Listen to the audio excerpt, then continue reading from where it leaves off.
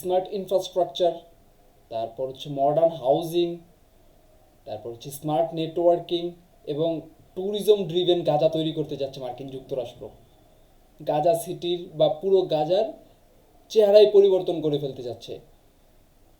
যেই মার্কিন যুক্তরাষ্ট্র আর ইসরায়েল মিলে গাজাকে ধ্বংসপুরীতে বা মৃত্যুপুরীতে পরিণত করেছে, সেই মার্কিন যুক্তরাষ্ট্র গত 19 তারিখে বা 19শে ডিসেম্বর $112 বিলিয়ন একটা প্রস্তাবনা পাশ করেছে বা প্রস্তাবনা রেখেছে, যেটাতে বলা হয়েছে গাজাকে স্মার্ট সিটি হিসেবে গড়ে তোলা হবে।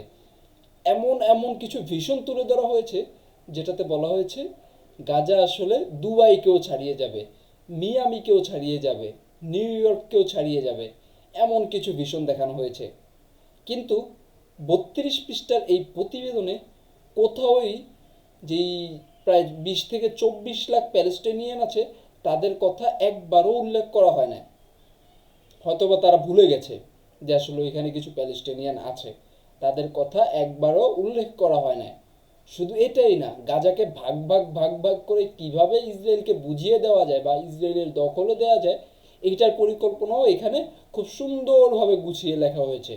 সেখানে সরাসরি বলা হয়েছে খুব সুন্দরভাবে যে উত্তর গাজা থেকে শুরু করে যে 5টা সিটি রয়েছে, সেই 5টা সিটিকে ভাগে ভাগে ভাগে ভাগে ভাগ করে দেন হচ্ছে ডেভেলপ করা হবে বা দখলমুক্ত করা হবে।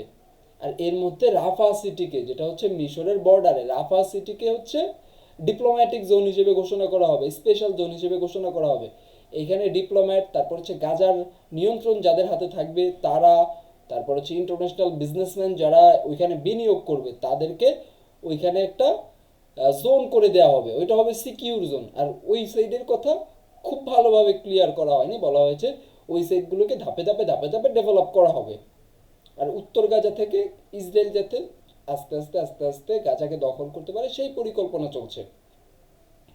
আর এই পরিকল্পনার জন্য 10 বছরে প্রায় $112 বিলিয়ন খরচ করতে চায় বা খরচ করার মতো একটা প্ল্যান পাস করেছে।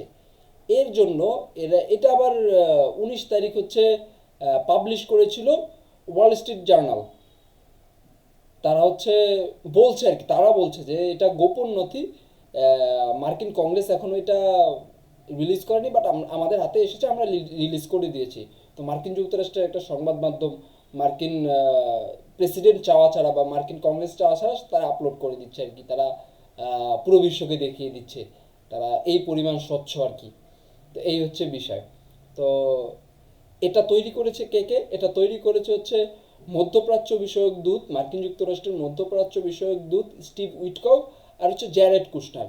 আপনারা জানবেন এই দুইজন মার্কিন যুক্তরাষ্ট্রের প্রেসিডেন্ট ডোনাল্ড ট্রাম্পের যথেষ্ট পরিমাণ কাছের লোক।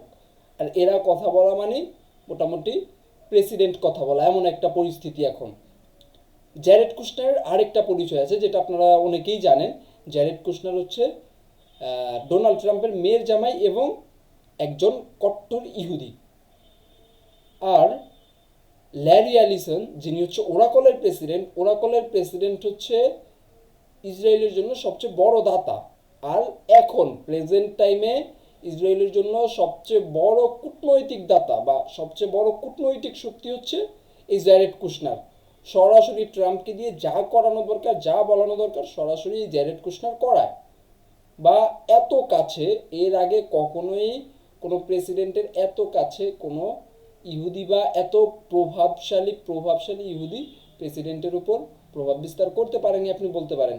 লবি ছিল, অনেক শক্তিশালী লবি ছিল, লবি দিয়ে কাজ করিয়েছে, বাট এখন পরিবেশটা চেঞ্জ হয়েছে। এখন কংগ্রেসে একটা ভারসাম্য এসেছে।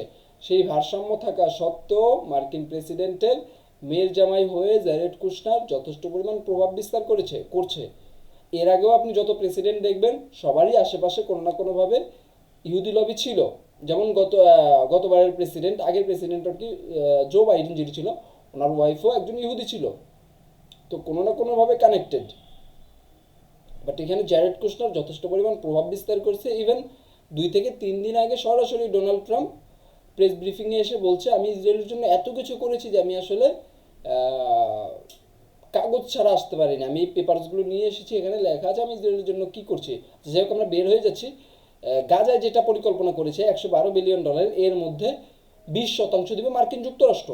আর বাকিগুলো দিবে হচ্ছে তুরস্ক, মিশর, আর হচ্ছে সৌদি আরব, আরব আমিরাত।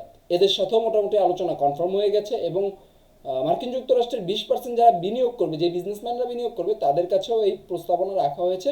তারা এটাকে দেখেছে, দেখে বলেছে হ্যাঁ ঠিক আছে, এখানে যেহেতু প্যালেস্টিনিয়ানদের কোনো নাম নেই, তার মানে এদেরকে তো মোটামুটি বের করে দেওয়ার মতো একটা পরিকল্পনা হয়েই গেছে। এখন মুসলিম দেশগুলোর মধ্যে যখন মিয়ামিতে গতকাল বৈঠক হলো, তখন হচ্ছে তুরস্ক খুলে বলল যে আসলে তারা কিছু জিনিস চায় না, এর মধ্যে গাজাকে ভাগ ভাগ করে আহ, কোনোভাবেই রাখা যাবে না, বা ভাগ ভাগ করে ডেভেলপ করা যাবে না। ডেভেলপ করলে একসাথে ডেভেলপ করতে হবে। তারা খুব ভালো করে জানে ভাগ করা মানে গাজাকে ইসরায়েলের হাতে তুলে দেওয়া, বা ব্রিটেনের যেই স্ট্র্যাটেজি, সেই স্ট্র্যাটেজিতে এখনও মার্কিন যুক্তরাষ্ট্র এবং তাদের যে মিত্ররা আছে সবাই চলে, ডিভাইড অ্যান্ড রুল। এই পরিকল্পনাতেই এগোচ্ছিল। তো এর মধ্যে তুরস্ক সরাসরি বলে দিয়েছে ভাগ করে আসলে গাজাকে এইভাবে কিছু করা যাবে না। আর হচ্ছে এখন গাজায় প্রথম যুদ্ধবিরতির পরে ইসরায়েল যে যুদ্ধবিরতি মানছে না, এটা সম্পর্কেও অবগত করেন, এবং ইনফ্রাস্ট্রাকচারে যাতে সামরিক ইনফ্রাস্ট্রাকচারে বা রাজনৈতিক ইনফ্রাস্ট্রাকচারে যাতে শুধুমাত্র প্যালেস্টাইনিয়ানরাই থাকে, এইটা নিশ্চিত করতে হবে।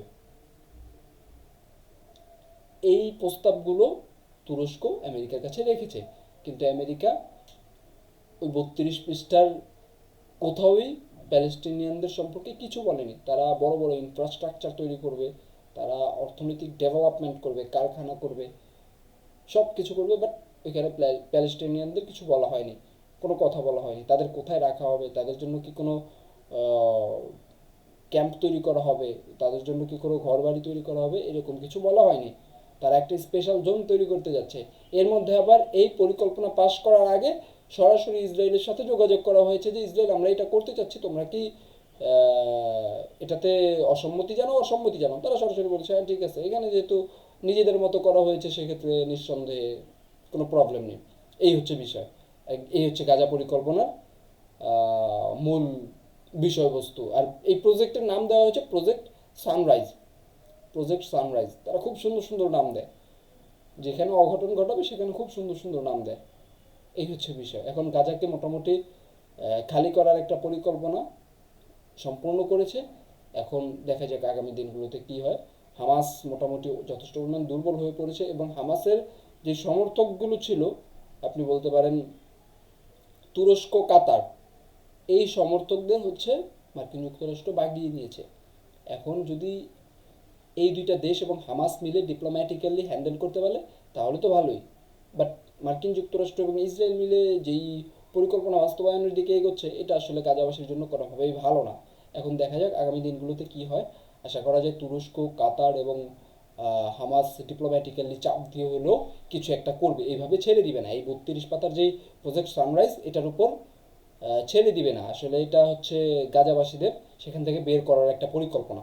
এই হচ্ছে বিষয়। তো ভালো থাকবেন, সুস্থ থাকবেন, লাইক অ্যান্ড সাবস্ক্রাইব করে পাশে থাকবেন, কমেন্ট করে অবশ্যই আপনার মতামত জানাবেন। আসসালামু আলাইকুম।